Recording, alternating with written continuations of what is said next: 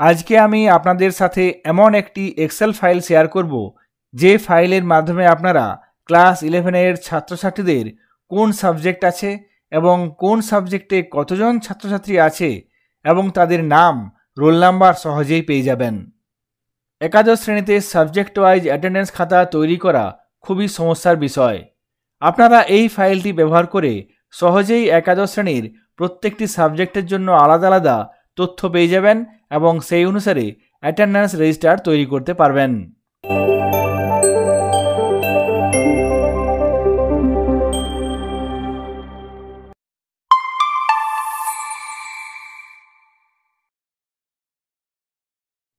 এখানে আমি আজকে আপনাদের সামনে একটি এক্সেল ফাইল নিয়ে হাজির হয়েছি। এই ফাইলের মাধ্যমে আপনারা স্টুডেন্ট সাবজেক্ট ফিল্টার করতে পারবেন। একটি ক্লিক করেই কোন সাবজেক্টে কতজন ছাত্রছাত্রী আছে এবং কোন কোন ছাত্রছাত্রী আছে তাদের নাম রোল নাম্বার সহ পেয়ে যাবেন।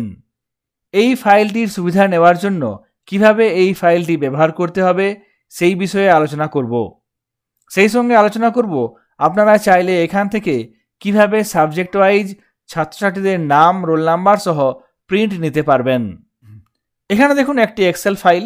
এখানে এক্সেল ফাইল, এই ফাইলটির নাম হচ্ছে সাবজেক্ট ফিল্টার। এই ফাইলটির মাধ্যমে আপনারা প্রত্যেকটি স্টুডেন্ট ওয়াইজ সাবজেক্ট পেয়ে যাবেন, সেই সঙ্গে আলাদা আলাদা সাবজেক্ট ওয়াইজ স্টুডেন্টসদের নামও পেয়ে যাবেন। এখানে এই ফাইলটির সুবিধা নেবার জন্য এই ফাইলটিতে আগে ডাটা এন্ট্রি করতে হবে। আপনার বিদ্যালয়ে যে সমস্ত ছাত্রছাত্রী ভর্তি হয়েছে তাদের তথ্য এখানে ইনপুট করতে হবে। এই ফাইলে এখানে প্রথমে আছে রোল, তারপর আছে নেম, তারপর রেজিস্ট্রেশন নাম্বার, তারপরে সাবজেক্ট 1, 2, 3, 4। এখানে এই ভিত্তিতে আমরা ছাত্রছাত্রীদের তথ্য এন্ট্রি করব। যদি রেজিস্ট্রেশন নম্বর না পাওয়া যায় বা না থাকে সেক্ষেত্রে এখানে আপনারা এই কলামটি ছেড়ে রাখতে পারেন, অর্থাৎ ব্ল্যাঙ্ক রাখতে পারেন। এখানে প্রথম কলামে আছে রোল, এখানে আমরা ক্যান্ডিডেটের রোল নম্বর লিখব। তারপর কিবোর্ডের ট্যাব প্রেস করব। সঙ্গে সঙ্গে দেখুন প্রথম রোটি চলে এসেছে। এরপর আছে ক্যান্ডিডেটের নাম, এখানে ক্যান্ডিডেটের নাম লিখব। তারপর আবার ট্যাব প্রেস করব। এখানে রেজিস্ট্রেশন নম্বর আছে, রেজিস্ট্রেশন নম্বর থাকলে লিখবেন, না হলে এটি ব্ল্যাঙ্ক রেখে দিতে পারেন। তারপর চলে আসব সাবজেক্ট 1।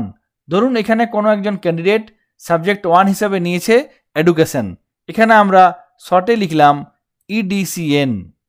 প্রত্যেকবার আপনাকে এডুকেশন সাবজেক্টের জন্য এই একই রকমভাবে EDCN লিখতে হবে। কাউন্সিলের যে সাবজেক্ট কোড আছে সেগুলি ফলো করলে আপনাদের সুবিধা হবে। এক্ষেত্রে এডুকেশন সাবজেক্টের জন্য সাবজেক্ট কোড হচ্ছে EDCN। তারপর আমরা আবার কিবোর্ড থেকে ট্যাব প্রেস করব। সাবজেক্ট 2 চলে এলাম। এক্ষেত্রে সাবজেক্ট 2 লিখব আমরা।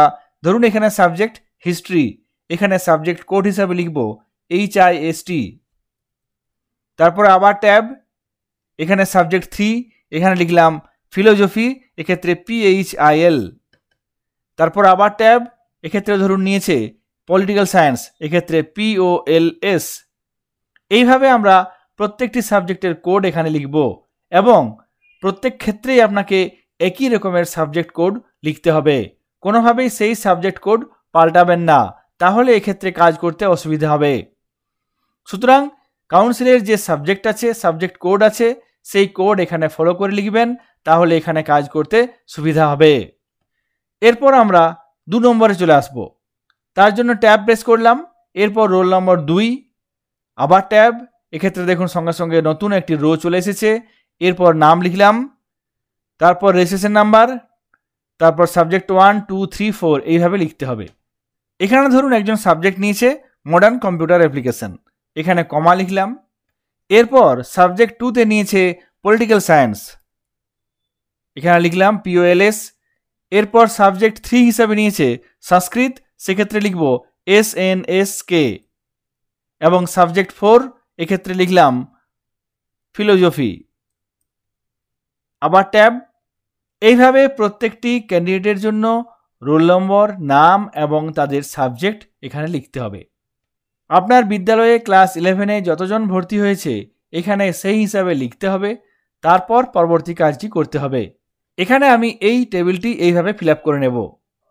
এখানে আমি এই টেবিলটি ফিল আপ করে নিয়েছি, অর্থাৎ একাদশ শ্রেণীতে যে সমস্ত ছাত্রছাত্রী ভর্তি হয়েছে তাদের রোল নম্বর, নাম এবং তাদের কী কী সাবজেক্ট আছে এখানে আমি পরপর লিখে নিয়েছি।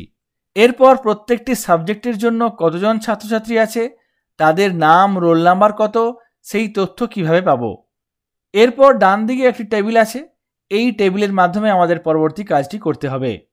এরপর কোন সাবজেক্টে কতজন আছে, তাদের রোল নাম্বার কত, কোন কোন স্টুডেন্টের নির্দিষ্ট সাবজেক্ট আছে কিভাবে জানবো, সেই কাজটি করার জন্য আমাদেরকে এখানে ডান দিকের টেবিলে চলে আসতে হবে। ডান দিকের টেবিলে এখানে দেখুন সাবজেক্ট আছে এবং এখানে একটি হলুদ রঙের সেল আছে। এই সেলে নির্দিষ্ট সাবজেক্ট লিখতে হবে। আপনি এখানে যে সাবজেক্টের তথ্য পেতে চান সেই সাবজেক্ট আপনি এখানে যে কোড ওয়াইজ লিখেছেন সেই কোড এখানে লিখতে হবে। ধরুন আমি ভূগোল সাবজেক্ট, ভূগোল বিষয়ের জন্য তথ্য পেতে চাই, তাহলে এখানে ভূগোলের জন্য আমি কোড লিখেছি কি GEGR। প্রত্যেক ক্ষেত্রেই প্রত্যেক স্টুডেন্টের জন্য এই GEGR কোড ব্যবহার করা হয়েছে। অন্য কোড ব্যবহার করলে এক্ষেত্রে কাজ হবে না। অর্থাৎ একটি নির্দিষ্ট সাবজেক্টের জন্য একটি নির্দিষ্ট কোড ব্যবহার করতে হবে। কাউন্সিলের তরফ থেকে যে সাবজেক্টগুলি আছে সেই সাবজেক্টের নির্দিষ্ট কোড আছে, সেই সাবজেক্ট কোড এখানে ব্যবহার করবেন। এখানে আমি ভূগোল বিষয়ে কতজন ছাত্রছাত্রী আছে, তাদের নাম, রোল নাম্বার কি আমি জেনে নেব। এই সাবজেক্টের পাশে এই হলুদ রঙের সেলটিতে আমি নির্দিষ্ট সাবজেক্টটি লিখব, অর্থাৎ এখানে GEGR লিখব। তারপর এখানে এন্টার প্রেস করব। সঙ্গে সঙ্গে আমি দেখব এই নির্দিষ্ট সাবজেক্টের জন্য ছাত্রছাত্রীদের নাম, রোল নম্বর চলে এসেছে। এখানে দেখুন রোল নম্বর এবং নাম এবং কতজন আছে, নাম্বার অফ স্টুডেন্টস 8। এখানে এই হলুদ সেলটিতে নির্দিষ্ট সাবজেক্ট লেখার সঙ্গে সঙ্গে এই তথ্য আপনারা পেয়ে যাবেন। এরপর ধরুন অন্য কোনো একটি সাবজেক্ট আমরা নেব। এখানে আমরা ধরুন ফিলোজফি লিখব। ফিলোজফি সাবজেক্টের জন্য PHIL কোড ব্যবহার করেছি। এখানে PHIL লিখলাম, তারপর এন্টার প্রেস করব। সঙ্গে সঙ্গে দেখুন এখানে ছাত্রছাত্রীদের নাম, রোল নম্বর চলে এসেছে এবং সেই সঙ্গে কতজন ছাত্রছাত্রী এই বিষয়ের জন্য আছে সেই তথ্য চলে এসেছে। এইভাবে যদি আরও অন্য কোনো সাবজেক্টের পেতে চান সেক্ষেত্রে সেই নির্দিষ্ট কোডটি এখানে এই হলুদ রঙের সেলটিতে লিখতে হবে। এখানে লিখলাম EDCN, তারপর এখানে এন্টার দিলাম। সঙ্গে সঙ্গে দেখুন এখানে সমস্ত ছাত্রছাত্রীর নাম চলে এসেছে, সেই সঙ্গে রোল নম্বরও চলে এসেছে এবং এই বিষয়ে কতজন আছে, নাম্বার অফ স্টুডেন্টস 138।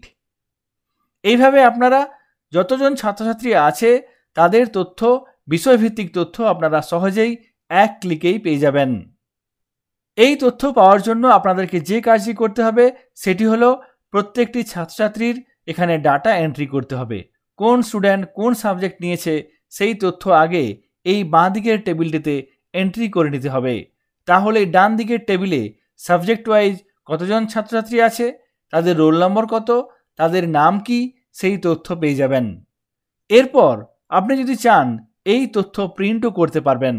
কিভাবে প্রিন্ট করবেন? প্রিন্ট করার জন্য প্রথমে আপনাকে নির্দিষ্ট এরিয়া সিলেক্ট করে নিতে হবে। এখান থেকে শুরু করে আমি এই পর্যন্ত সিলেক্ট করে নিলাম। এই তথ্য আমি প্রিন্ট করতে চাই, তাহলে প্রিন্ট করার জন্য প্রথমে আমাকে এখানে পেজ লেআউট অপশন আছে উপরে, এই পেজ লেআউট অপশনে চলে যেতে হবে। তারপর এখানে দেখুন প্রিন্ট এরিয়া, এখানে প্রিন্ট এরিয়া অপশনে ক্লিক করতে হবে। তাহলে এখানে দুটি অপশন আসবে, যার মধ্যে সেট প্রিন্ট এরিয়া এই অপশনটিতে ক্লিক করতে হবে। প্রিন্ট এরিয়া সেট হয়ে গেল। এরপর এই নির্দিষ্ট অংশ আমি প্রিন্ট করতে পারবো। প্রিন্ট করার জন্য কিবোর্ডে Ctrl+P প্রেস করতে পারেন। তাছাড়া এখানে প্রিন্ট প্রিভিউ আছে, এই প্রিন্ট প্রিভিউ অপশনে ক্লিক করবেন। সঙ্গে সঙ্গে সেই নির্দিষ্ট এরিয়া এখানে চলে আসবে এবং এরপর নির্দিষ্ট প্রিন্টারের মাধ্যমে আপনারা প্রিন্টও করতে পারবেন। আপনারা চাইলে এই তথ্য PDF আকারে সেভও করে রাখতে পারবেন। সেক্ষেত্রে আপনাকে এখানে প্রিন্টার সিলেক্ট করে নিতে হবে। আপনি কোন প্রিন্টারের মাধ্যমে প্রিন্ট করতে চান কিংবা PDF আকারে সেভ করে রাখতে চাইলে আপনাকে মাইক্রোসফট প্রিন্ট টু PDF এই অপশানটি সিলেক্ট করে নিতে হবে। এইভাবে আপনারা ক্লাস 11-এ ভর্তি হওয়া ছাত্রছাত্রীদের তথ্য পেয়ে যাবেন এবং চাইলে এটি প্রিন্ট বা PDF আকারে সেভ করে রাখতেও পারবেন। এই তথ্যের উপর ভিত্তি করে আপনারা বিষয়ভিত্তিক অ্যাটেন্ডেন্স রেজিস্টারও তৈরি করতে পারবেন। এখানে এই তথ্য রোল নম্বর ওয়াইজ চলে আসবে। সেক্ষেত্রে অ্যাটেন্ডেন্স রেজিস্টার তৈরি করতে কোনো রকমের অসুবিধা হবে না। এরপর আপনারা এই তথ্যের উপর ভিত্তি করে বিষয়ভিত্তিক অ্যাটেন্ডেন্স রেজিস্টার তৈরি করতে পারবেন। এই এক্সেল ফাইল ডাউনলোড করার জন্য লিঙ্ক এই ভিডিওর ডেসক্রিপশনে দেওয়া থাকবে। আপনারা সেই লিঙ্কে ক্লিক করে এই ফাইলটি ডাউনলোড করে এই কাজটি করতে পারবেন।